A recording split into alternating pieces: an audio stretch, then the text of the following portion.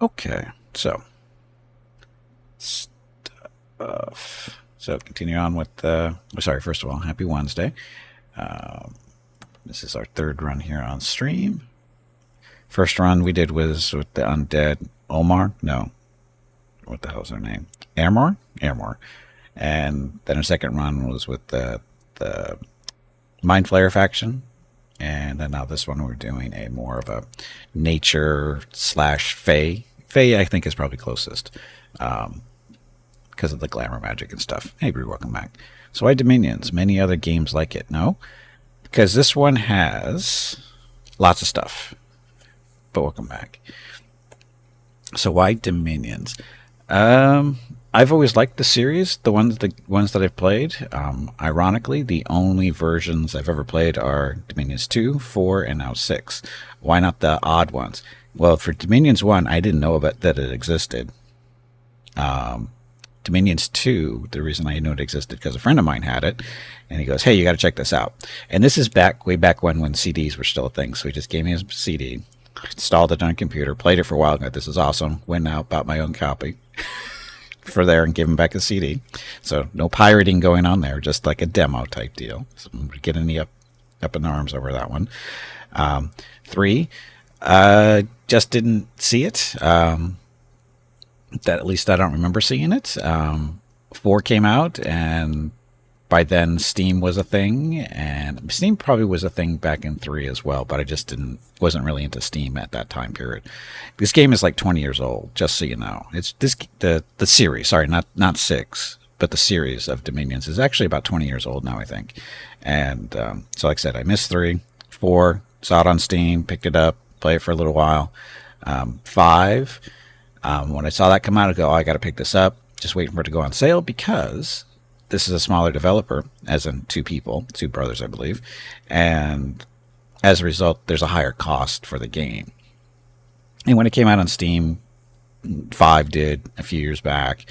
And I saw it. I was like, okay, do I really want to pay $50 for it? And I think I'll wait. Because at the time, there's just so much other stuff, to look at too.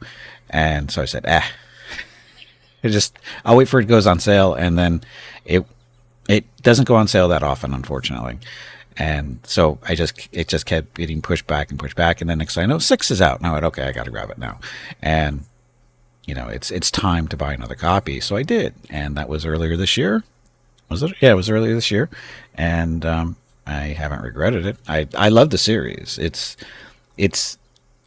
not the best sound effects and graphics and that kind of stuff, but the gameplay is very solid. It's better.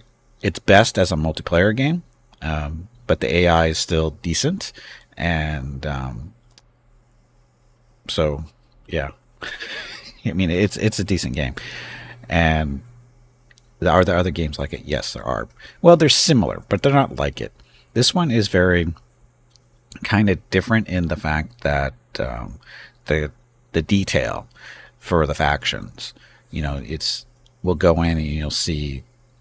Actually, we can just start it anyway. Fall of Year 6. So in the concept of the game, of course, is you are a god or a wannabe god. You want to be God, the ultimate god of the world, right? And so you're just kind of like a minor god right now, and your job is to basically conquer the world, eliminate all the pretender gods that would technically include you, but you eliminate competition and you become the main god. And the cool part about the game is you get to choose, your god stats, what they look like, that kind of stuff. Well, kind of what they look like. We have to find our glorious leader. Glorious leader should be up here. So, Titania Veronica. So, like I said, when you first start creating your little faction, there's based on the time period you're choosing to play in, there's early, middle, and late eras. We're doing early age currently, and basically gives you a selection of all the different factions. There's like 30 plus to pick from. They all have their nice little different characteristics. Some are similar, some are not. And then from there, you choose, your god that you're being. In this case, this is Titania. It's actually Titania or Titan. This is a larger than normal person. You can tell by the size there. And normal size person is size 3. So she's almost 3 times as tall as a normal, or large as a normal person. And so, as you might expect, there's different types of creatures out there.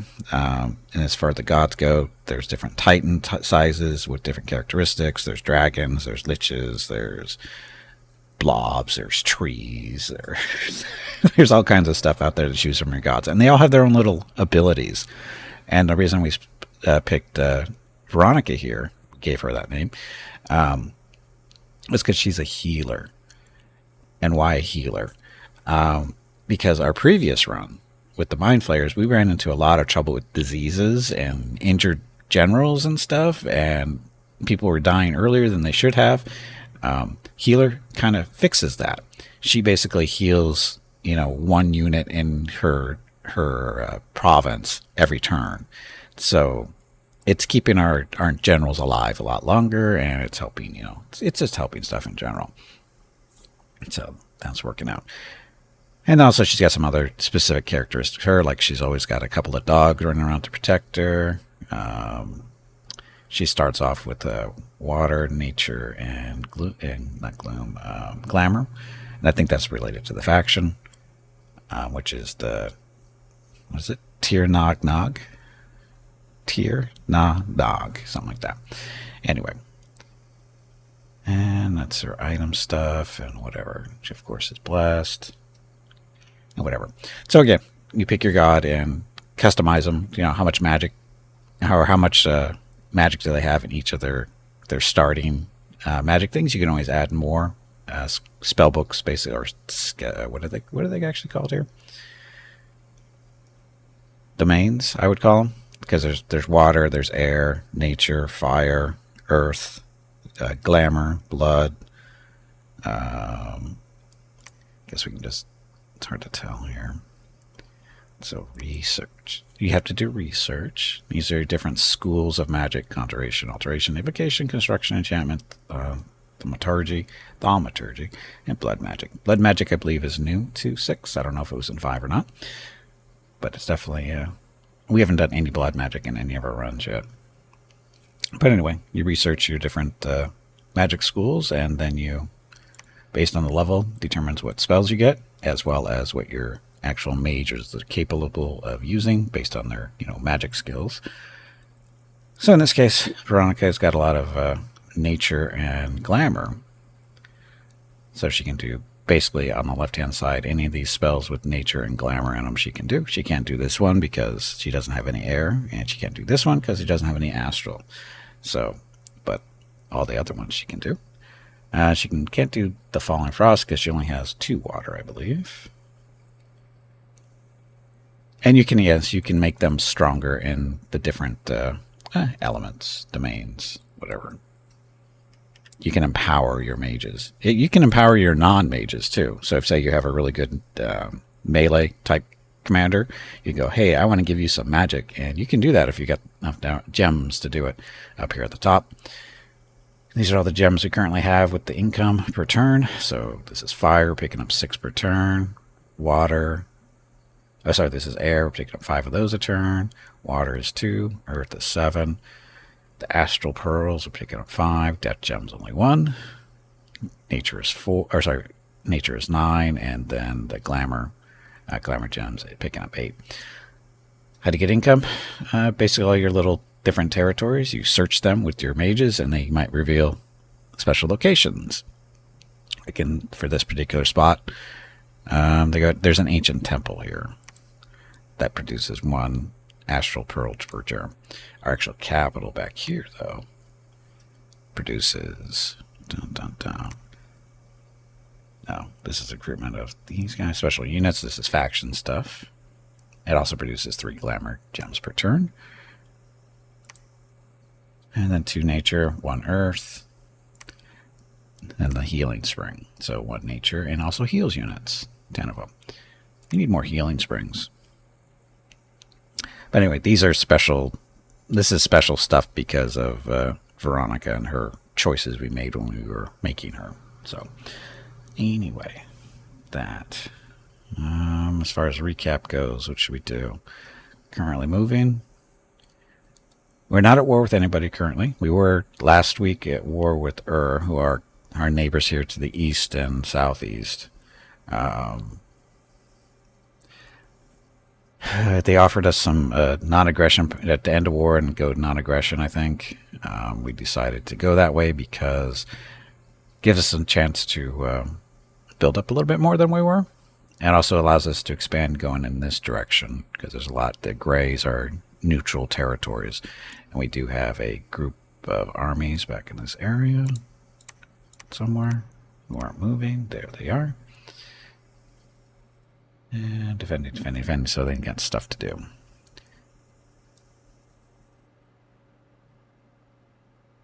Howdy, you have a good authority that Machaca has called us smelly. Have they? Machaca is our neighbor to the west here. These guys. Machaca is an African type faction. Is what is more of a European type deal, I think. What else do we have? This is more So what we need to do during this little timeout, we need to start taking these gray areas before does. Then we have these guys over here. Fomoria. Fomoria are like giants, I believe. Oh, that's right. She's a Sumerian. That's right. Because they have little Enkidos everywhere. Enkido men, or whatever they call them. But anyway, so trying to expand our dominion. Dominion is, as the title of the game may suggest, is kind of important to you. That's what the little yellow line, that's the extent of our dominion. Even though we don't own these territories, our influence goes all the way out there. Fomoria is the lore enemy of Tirnanak. Well, I guess. Fomoria are basically, I think they're giant types, aren't they? Or sort of, maybe ogres, maybe? We don't know what they have for troops. Because we don't have anybody here looking at this province. But yeah, I think Fomorians are kind of like giants type deal. Sort of, I guess. I don't know. I haven't really looked at them that hard. So, there's many factions in the game. There's many factions to look at. They are single-eyed giants and cursed ones, but they also did mean things to the Tuatha. See? So kind of like Cyclops-ish. Anyway, that. Also, you can rename your characters or your commanders. In this case, Fenny the Fae. Fenny is one of our viewers, and Fenny's name actually in Twitch is Fenny the Cat. Fenny wanted to be one of these people, so went through the proper procedure there by using the points that you earn here in chat. Scroll down to the bottom of your chat window there and see the little squirrel with the numbers next to it. Click on that and choose name generator, and we can name one of the commanders after you if you so please. But anyway, so you can rename these guys before they hit a certain level, of course, and that's how that works. And then once they're commanders and whatever, you can do all this kind of stuff. Like Fenny is primarily our magic item person for the most part. She got a very wide selection of the magic schools. So, and we did that by empowering her with this stuff. So once you have so many gems, you can either add or empower, or make them stronger. And the stronger you make them, the more items they get to be able to make with magic and stuff like that. And of course, cast more spells too. But Fenny's job is not a combat person. She is just mainly just sitting there in the city, either doing research or making magic items. Dun, dun. So, now fire, air. Should we get her air too?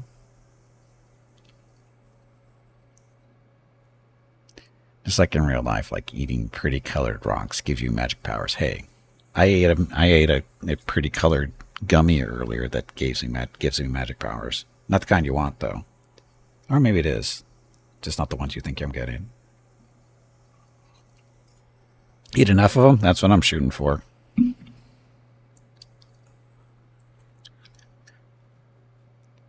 Astral. Oh, we have lots of astral stuff. Still need more death gems. or air.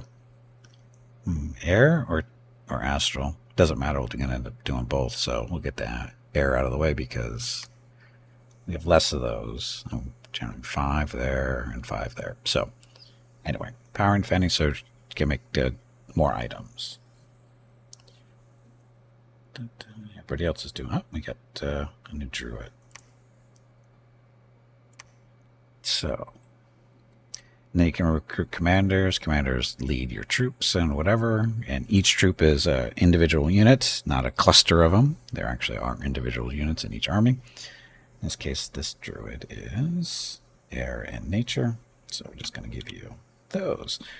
So we just did use a little hotkey to say we want this druid when it gets into combat to cast air shield, which is protect the druid from missile like arrows. True shot. This is a buff for the troops that'll be leading. Eventually it will be slingers and that kind of stuff eventually, which makes it more accurate. Far flight, shoot farther. And venom arrows, so everything they're shooting is poisonous. And then after she's done doing that, she just casts spells for the rest of combat. Need more slingers. Need a lot more slingers. Our capital is not very well defended, other than what's in the fortification, which is led by a champion, Furball champion, 24 warriors, wall command. Oh, there's a wall commander, another champion, wall defenders, slingers, and siege defense. Okay, wall integrity. Okay, so your job is to research. How much money do we have? We have 1,200. Let's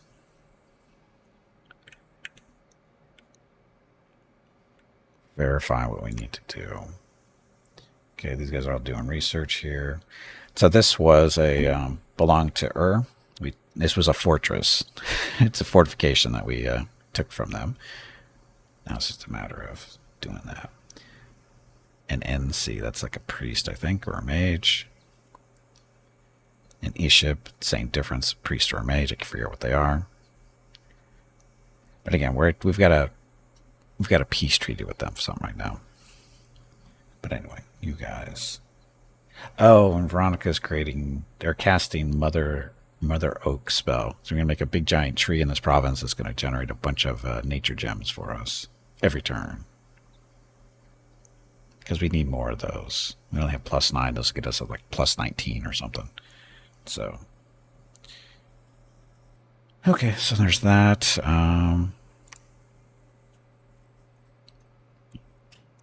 I forgot to show when you do have troops, you can position them on the battlefield. Sometimes they have little formations, in this case box and skirmish. This affects their morale typically.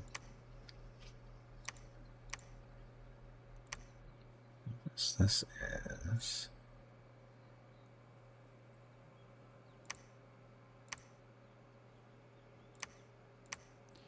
These are just regular warriors. Sorry, Sid warriors? Who are they? It's not those guys.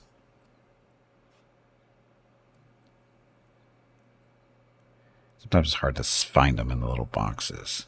So who was that? I just moved around.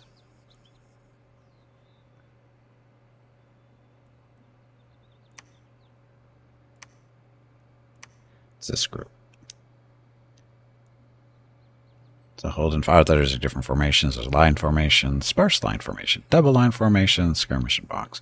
And how smart they are basically determines their formations. Or maybe not smart, disciplined. And disciplined is probably a better word. That's Veronica standing in the middle there, sort of, kind of. So that group is his bottom. So it's these guys. So the Sid warriors. So they're stealthy, glamour, so it makes it hard to hit. They've got a susceptibility to iron. They love forest survival, and they have dark vision. They have spears, javelins, armor, hat, shields. So they are our second best infantry unit that we can recruit. Our best ones are these guys, Tuatha warriors. Why are these better? Because they are sacred. But otherwise they have basically the same stats. Oh, but they've got battle fright. Battle fatigue morale from battle runes. So this is why we want to sit around for a little while and let Veronica do her thing. She'll fix all these people eventually over time. It'll just take a long time. But anyway, our second best units. Again, being sacred, they get little bonuses. Well, when you're creating your god, you get to choose what kind of special abilities you want to give your sacred units. And they get the access to those abilities when they're under the god's dominion. So once they go outside, those little bonuses go away. What are the bonuses? It's kind of dependent on your magic that you have. Let's see. She's casting that. We need more of these Fey Knights. We had 3. 2 of them died. We need more dogs, too. We need more trolls. These are forest trolls. Trolls are good. And these are the Kusid. That they're basically Fey dogs that we summon to fight for us. They're okay. But the main important thing about them is they are sacred as well. So they get little bonuses in our dominion. That's why I want more of them. Trolls are not, unfortunately. That'd be cool if the trolls are sacred. They should be, but they're not. Sacreds can get their bless outside of your own dominion. They just need a priest to cast blessing on. Oh, is that other? Okay. Only pretenders themselves cannot be blessed outside of their dominion. Ah, okay. So the sacred units can still receive a blessing from priests. Not all units are priests. Ciara here, she's a priest. She's got the little candle bra here thing. Level 2 priest. Lucrules, he is a level 3 priest, so no problem there. And you also need priests to build temples when you go into new territories that you conquer. Why do you want to do that? Because temples determine basically your dominion.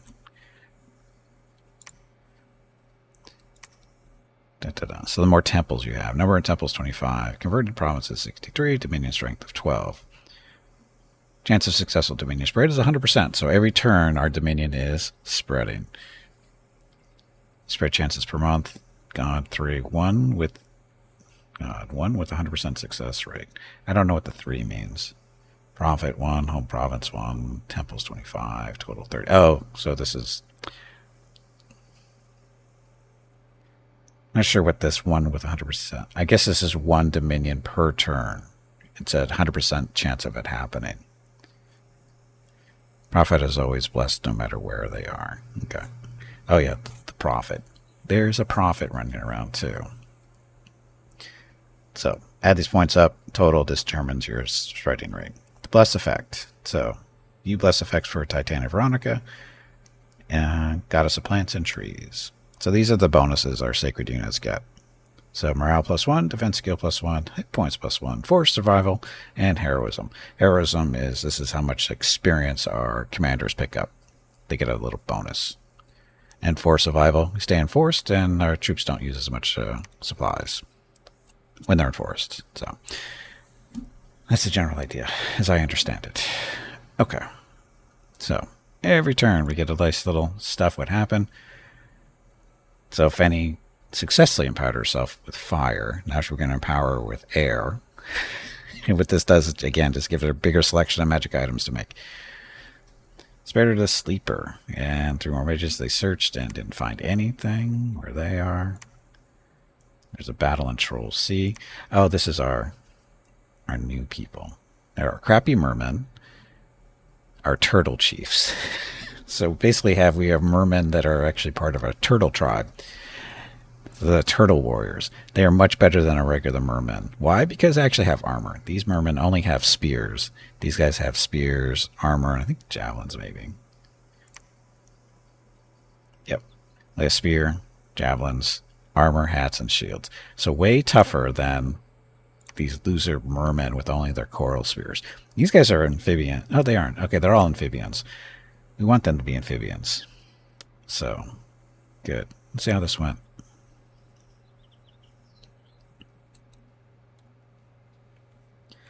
So combat in this game is, as you can see, it's automated.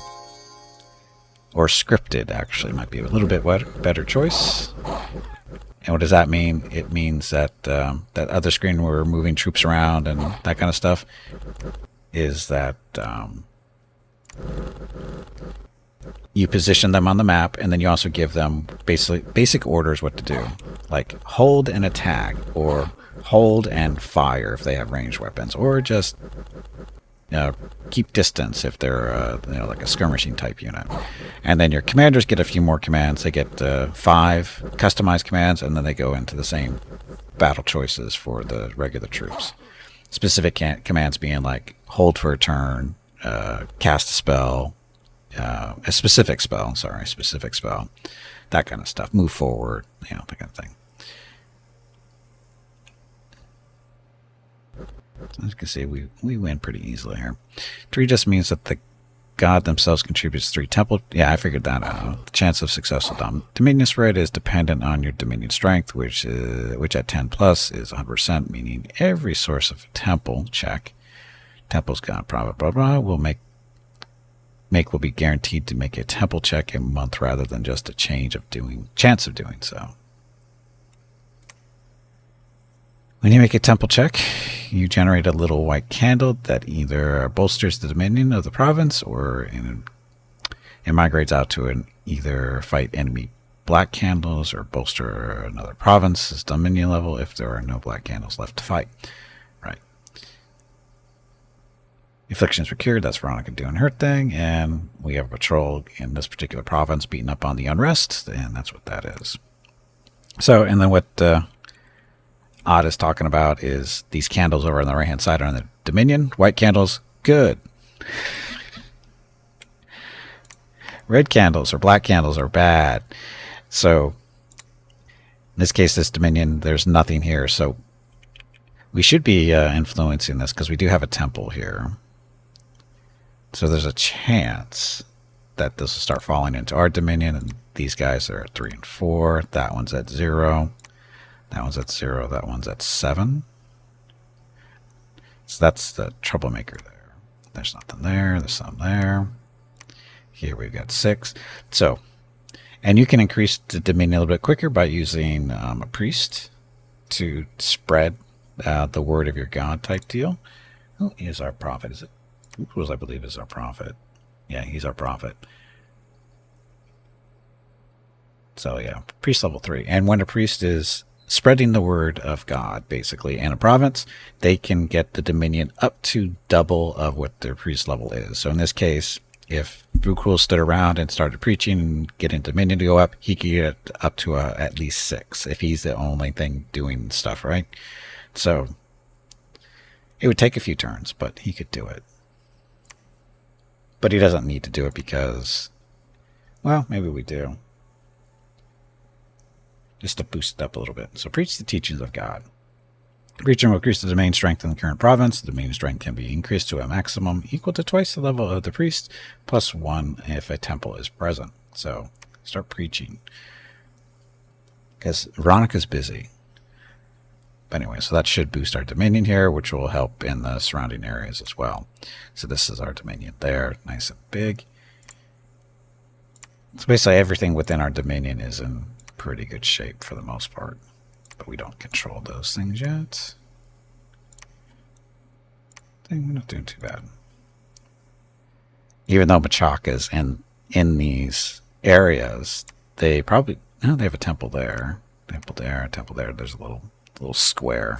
This is where their temples are. Oh, who's over here? This is Lanka. I'm not familiar with Lanka, so. Oh, all right, that's this. Fomoria is being besieged by Lanka. So apparently Fomoria and Lanka don't like each other. Oh, and then the Rhodos? The Rhodos. I don't know who they are either. Now, and if you see these little black circles here and there, these are gateway to another dimension or plane. I still haven't been through one of those yet. They never appear in my actual territory. They're always way far away from everything for me. You can never get any luck there. Lanka is very cool. Sri Lankan, blood drinking demon monkeys. Oh, nice. Maybe that'll be our next playthrough. Blood drinking demon monkey sounds fun.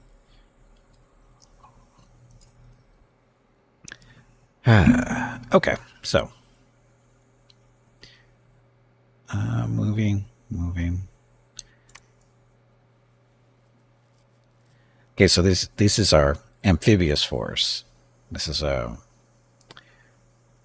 in order to conquer a water province, you have to have units capable of going into water and breathing underwater. In this case, we do have our nice little production of our turtle warriors.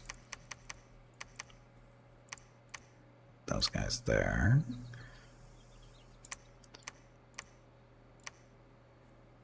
Okay, so we have a temple here. Currently defending. They did their searches. They didn't. Oh, nice little unrest here.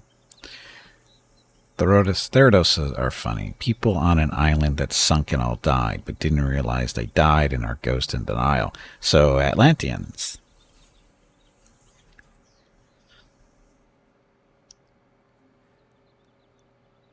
Kind of. Let's see. So did we search here? Ring and Friends?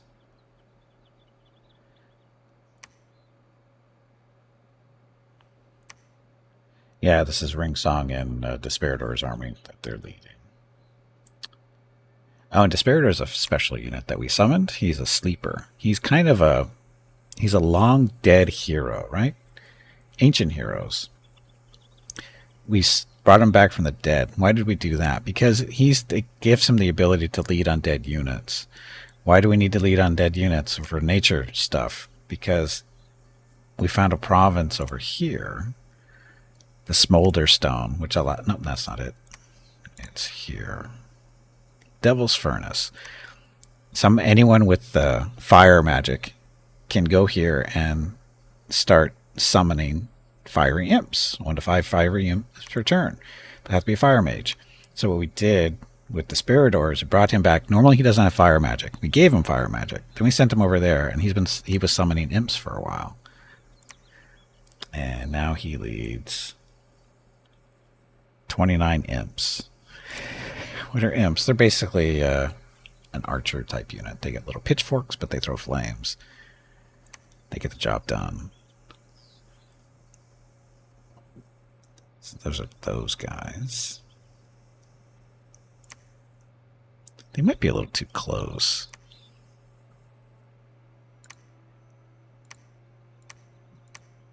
Keep them there. Our poor little Pegasus riders. They got annihilated. Mainly because they seemed to charge in. They were charging in too fast. They're not the best melee people, but maybe they should just do the range thing instead of charging in. Fire and keep distance. Oh, but then they can't. In order to fire, and we wanted them to kind of take out the rearmost stuff, but they have to do melee for that one. Can't just shoot them. Do that.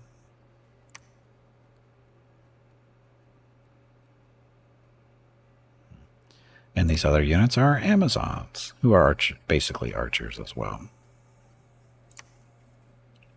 Not our normal units, too. We just found these in a specific province over here.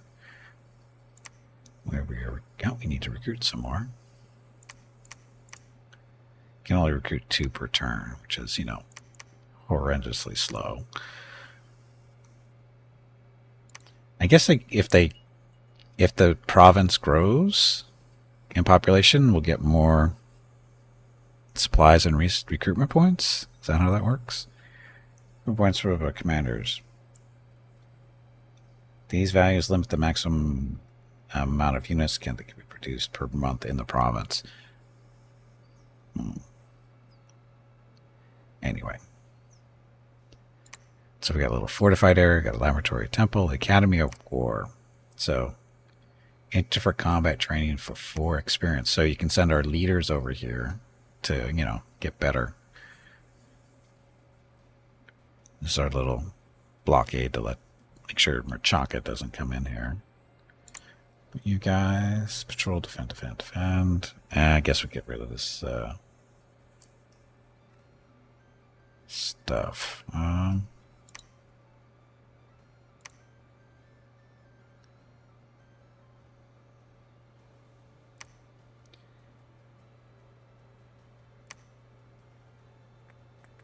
Patrol. This unrest 177's got to go. Unrest will reduce tax income from the province in a value of 100 or more, makes it impossible to recruit troops here. So we definitely want to squish them.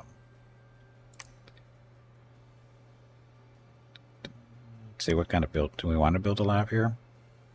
I don't think so. We don't need to.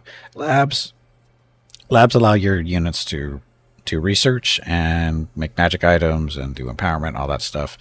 And if you want to move magic items around, say from our capital to the front line, you have to have a chain of laboratories going up to the front line. So, see, we don't have a lab here, so it's no big deal. It's mainly just about the temples at the moment. We have a laboratory here because reasons, I guess. We should.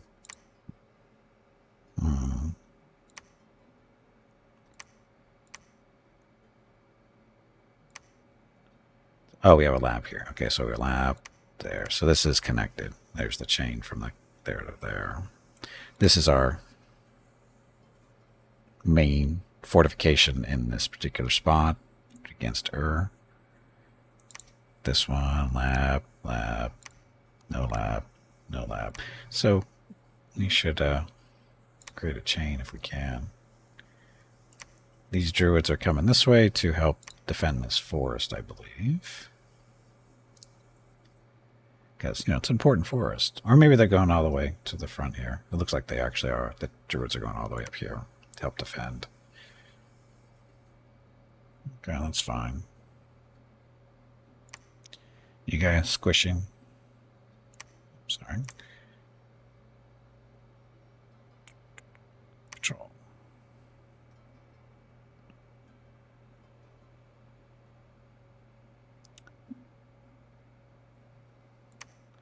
So this army. Yeah, we need more slingers and stuff if we can. So, recruit. Get some furbolg slingers there. Or we can do some archers. Archers range 35 compared to the slingers who are range 30. Damage 10. Attack 10. Damage 10 for the archers. No, wait, those slingers. Archers. They're 10 and 11. So, archers are actually a little bit better. They're just not furbolgs. They're people. They're humans. They're not fae. But these guys don't get anything special. So, archers it is. And at the top, we can do more commanders if we want. Each one's got their own little special things to do. Basically, the farther down the line is typically the better for the faction. Our faction choices end right there, though. These are regular human units. Commander human, commander priest. Then we've got the Bowband Sid, which is the descendant of the Morrigan. She is a seductress. Oh, no, sorry, this is a scout. Oh, speaking of scout, where's our assassin?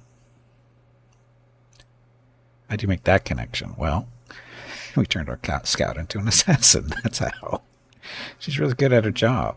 She's like 10 and 0 or 11 and 0, somewhere around there, on assassination attempts. But where the hell is she?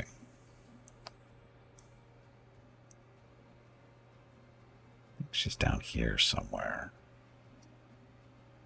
Looking for a little special icon that I don't see. So where is she hiding?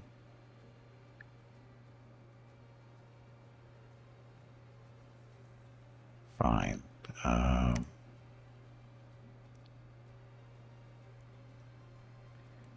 Research Patrol.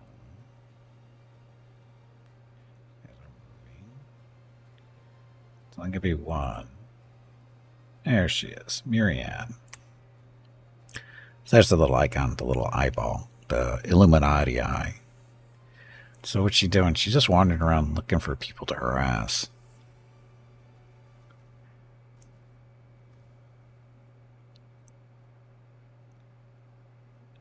Let's see, we're going to go. We should probably go up to these independent areas and clear out any leadership that might be there.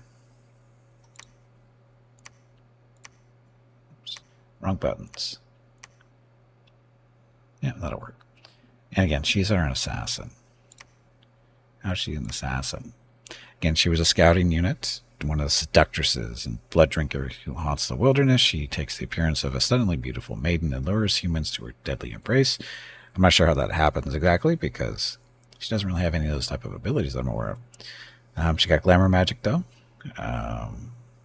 No, this is her item stuff. We gave her a bunch of magic items. So she's got a Serpent Chris, which is a dagger with a deadly poison on it. Basically, if they get poisoned, they pretty much die because of the damage being 35. That'd kill a lot of stuff. One hit. And then on her offhand, she's using the Blade of Grass, which if it hits, it can cause them to bleed. So they can bleed to death. If the poison doesn't get them, the Blade of Grass will. Her armor is this lion pelt, which gives her protection stuff. It's magic. It actually has given her the invulnerability, the 18. That's what that is, which makes it so that magic. If they're not using magic items, it can't really hurt her. She's also poison resistant. Oh, sorry, items. Doesn't use on a range one. Let's get the Ivy crown. Oh, we need to get her another headpiece because this one doesn't really help her. Awaken Vineman bonus 1. So what this is supposed to do is if she was casting the spell, summon Vinemen instead of normally summoning like 2 or 3, this would be 3 to 4, that kind of deal. So 1 bonus there. The reason we gave that to her originally because she does have the handful of acorns, which brings in 3 Vinemen, but is not bringing in any more than that. That crown is not affecting this. So, not a huge deal. But we need to get a new hat. That's the pelt. And then she gets the ranger boots for reinvigoration. So during combat, she gets, was it not encumbrance, fatigue, or whatever it's used in this game. It helps her recover a little bit faster, and she got this bonus to her stealth and for survival. So no big deal there. And then she's also got a lucky charm, which helps her with stuff, right? Luck. Where did I look at that? Excuse me. Oh, she's hurt. She's crippled and diseased. Uh-oh. We need to get her back home. Or to Veronica. Shit, I didn't know she got hurt. When did she get hurt? When did she get hurt? Anyway, this is the healing spring. So this should help. Anyone in this province has a chance of getting a permanent affliction removed each month. The chance of being healed is the value in percent each month. So 10%? That doesn't seem right. Maybe she go visit Veronica instead. But she's got more people up there to heal. Well, these guys don't have anybody to heal. Yeah, so we'll see. Shit. I didn't realize she was hurt. I don't even know how she got hurt.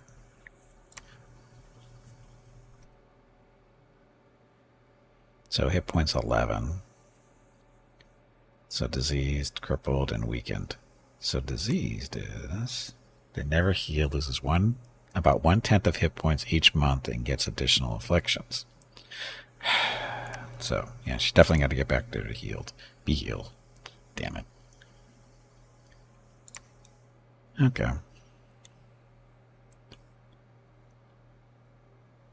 This druid, what are you doing here? Oh, I think we recruited you. That's what you're doing here. Yep. Okay, so another druid with air and nature, which allows you to do that stuff.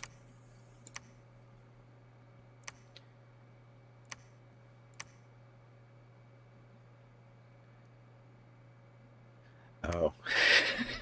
This is where we were summoning all the ogres. This fortress was under siege by a bunch of barbarians, and there wasn't enough of them to really get through the walls very quickly. So, and while the fortress is being sieged, you can't recruit new units, but you can summon units. And Anna here is able to summon ogres. So for about 4 turns, she was summoning 5 ogres a turn. And eventually, when we got up to 20 units to supplement the stuff that we already had here, I think the barbarian said, "Okay, we're done. We're not going to get through this." So, ogres to the rescue. Are they great? No. Are they effective? Probably. I don't know. They got nice big clubs to smash people with. Ogres. So that kind of worked.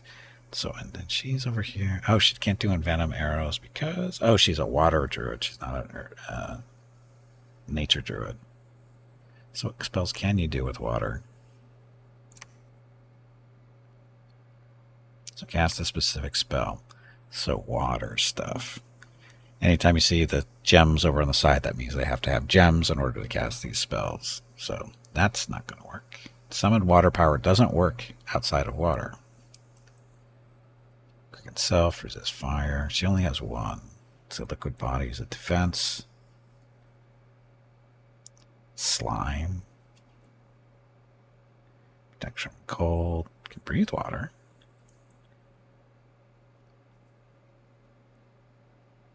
Calm emotions.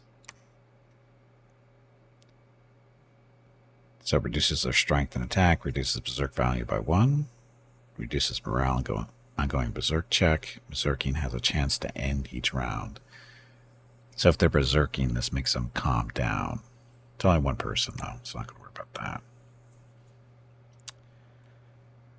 Well,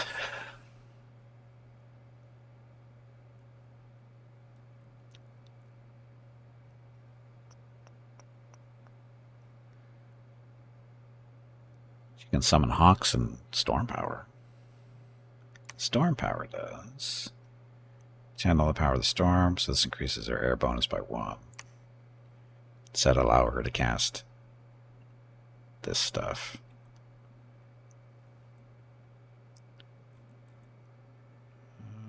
Yeah, storm power.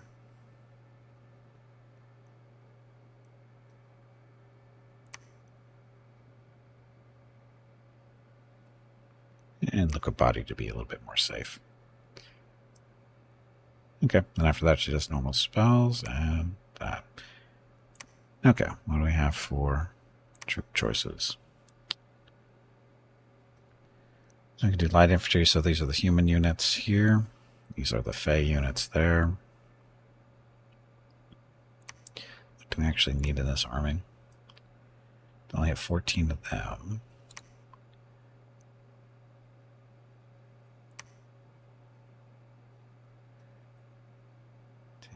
You can only lead 10. We need 10 more slingers / archers. So, we have archers? Oh, no archers here. Oh, slingers it is.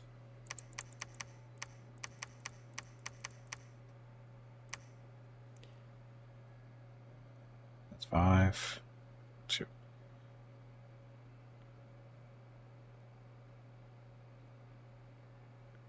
It's 11, isn't it? Yeah, that's okay. Extras are good. We can throw them in the garrison if we have to. Okay, so that's you guys. Well, since you're here, what kind of spells can you cast that will help us? Nothing. So these are spells you can cast outside of combat, ritual spells. Basically, typically summons or big-time magic stuff. As you can see, it requires gems. So that means you get to do research. Okay, that's our turn finally. Sorry, it took way longer than I thought it was going to take.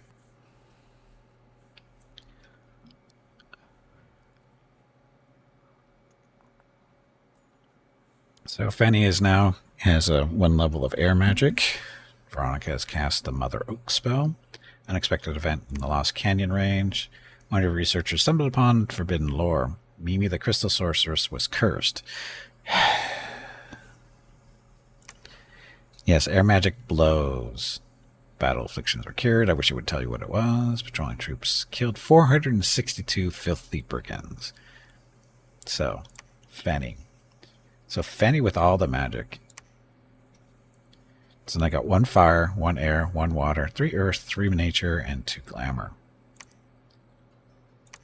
What kind of magic items can you make now? Okay, as far as magic items go, we can do up to very powerful magic items. One thing higher than that is artifacts, which we are working towards. Look at all the choices you have, Fenny.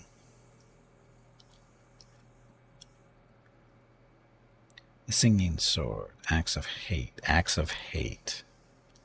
Chanting this axe will take a long period of time, during that which we slowly chop down the tree. Oh, that's right, we read this last week. So poison resistance is reduced by 15. Damage increased is 13. Extra effect on damage, fatigue, and disease. So fatigue, basically slow people down so they can't do anything. Star of Thraldom, Rod of the Phoenix, Dragon Scepter, and Firebrand. So nothing really new there. Rune Smasher, that sounds different. Penetration +2. The Rune Smasher will break down the enemy's magic resistance just before its wielder casts the spell. This makes it very hard to resist spells cast by the wielder of the Rune Smasher. Ah, okay. So, give that to one of your mages who's throwing spells all day.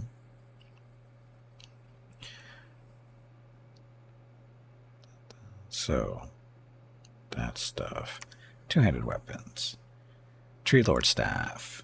This is a nice one. Increases nature magic by 2. I think we made one of these for Veronica. I think. Gate Cleaver, I've seen that. The Rhyme Hammer, I think we've seen that too. The Wave Breaker, so. Demon Bane. Staff of Elemental Mastery. So, basically any of your mages are using elemental magic like air, water, stuff like that stuff. This increases those levels by 1.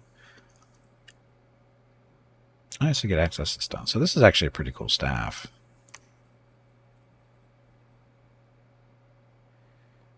Staff of Storms. Cast Lightning Bolt. Start a battle. Spell Storm. Cast controls the weather and conjures a mighty storm on the battlefield in cold provinces, blah, blah, blah. The storm makes all cloud effects dissipate much faster. It also makes flying impossible and shooting very difficult. A rainstorm will also make it more difficult to use fire magic. So, something we don't want to use. Carmine Cleaver. Staff of Elemental Mastery? There's 2 of them? Or is it the same one?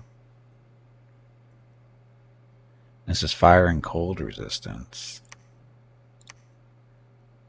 So there's 2 different ones. So there's different types of elemental mastery. This one is shock resistance and stone skin. This one is fire and cold resistance. Okay. See that. Bows. Bow of War. We haven't seen this before, I don't think. Air magic level 1. Damage of 8. 200 weapon. Number of attacks 13. Range 40. Arrows fired from this bow will split into 13 lethal arrows. Well, that's kind of effective, I think. Who wants one of these? Golden Arbalist. A vine bow, we've seen that. Sling of crystal shards, we've seen that too, I think. So the Arbalist, though. Damage 15, armor piercing. Genius loading. The Golden Arbalist is able to fire and reload several times faster than a normal Arbalist. Further enchantments are applied to increase the strength of the bow and the accuracy of the bolts. So damage is 15. Number of attacks is 2. Only 12 shots. Shields. Oh, look, new shields. Shield of Gleaming Gold. Awe +1. Oh, that's a nice one. Awe is nice because it makes people, stop attacking you in awe. Only brave soldiers were ignored. The bright aura of the shield. I think we saw that last week. Scutata Volturnus. So, Shocking Grasp, Auto Spell. Shock Resistance 5. Cannot be used by mounted units. This formidable tower shield is enchanted with earth to make it strong. On its surface is an enchanted symbol that will strike nearby enemies with lightning.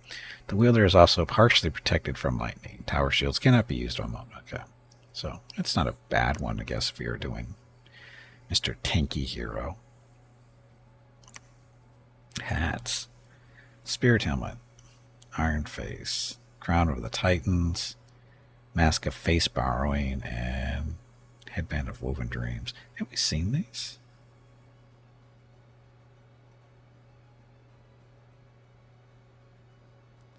Helmet of Heroes. Inspirational 2. So this is a leader helmet. Inspiring your troops is always a good thing. Spirit Helmet. So auto spell Lightning Bolt. Air Spirit is trapped within the gem placed on the front of this helmet. The Air Spirit will throw lightning bolts at any enemy that comes within sight. The Air Spirit does this independently of its own owner's activities. So, Lightning Bolt. Iron Face. So you get Iron Skin.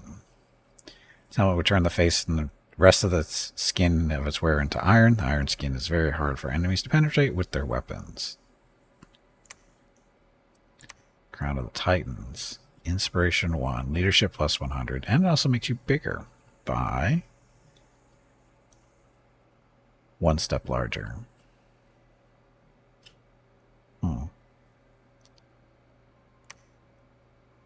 Mask of Face Borrowing. So if you're a spy, looks at the appearance of anyone meets, it is often used to infiltrate enemy courts. It's a spy. Get additional info when hiding enemy lands. Extra information gained is a number of inhabitants, all types of income, unrest, province defense, supplies, discovered magic sites, and basic info about neighboring provinces. Spies can also instill in uprisings and infiltrate enemy capitals in order to access more information. Tempting for a little spy friend or assassin friend. Headband of Woven Dreams, so Undreaming 4, Sleep Aura 4. So this makes people fall asleep around you. Distant dreams of nearby enemies, making them fall asleep instantly. The headband has been adorned with an enchanted purple pearl, designed to keep the wearer safe from the sleep-inducing magics of the dreams. I think we want to make one of these for a spy, so you can gather more information. So do that. So researching. Oh, defend. Are you new? Hello Gimpy, it is time to take a break. Go check on the dogs. You are new. Your next break is in 1 hour. Another water druid.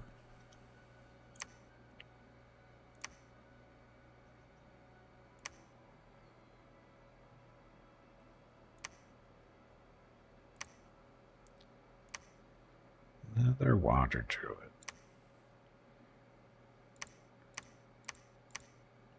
So many druids. So many druids without people following them.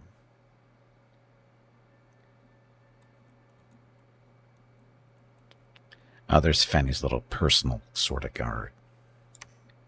Mechanical Man. Actually, reminds me.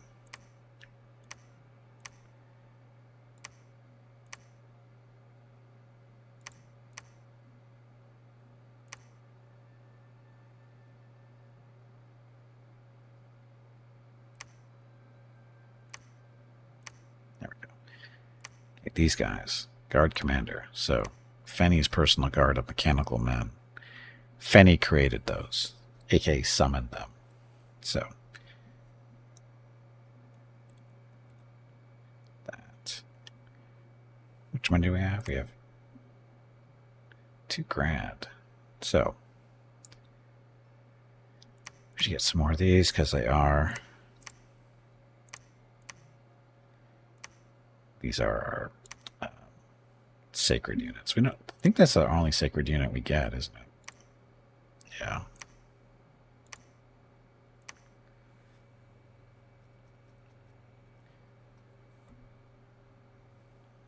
More infantry or more stuff? What do we have here? We don't have a whole lot of infantry defending our capital. Not that it's a problem, but we don't have that many people defending it at all, so slingers it is. There. I'll keep going for a couple of turns.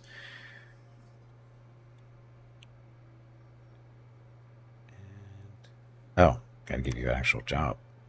Research. Okay, we'll go through the rest of this stuff when we get back from break. So, because these turns take a little bit of time. Anyway, gonna get up, stretch some legs, get some water. Check out Mrs. Gimpy and Rocket. Be back in a few minutes. Thank you all very much for watching. Enjoy the dog video.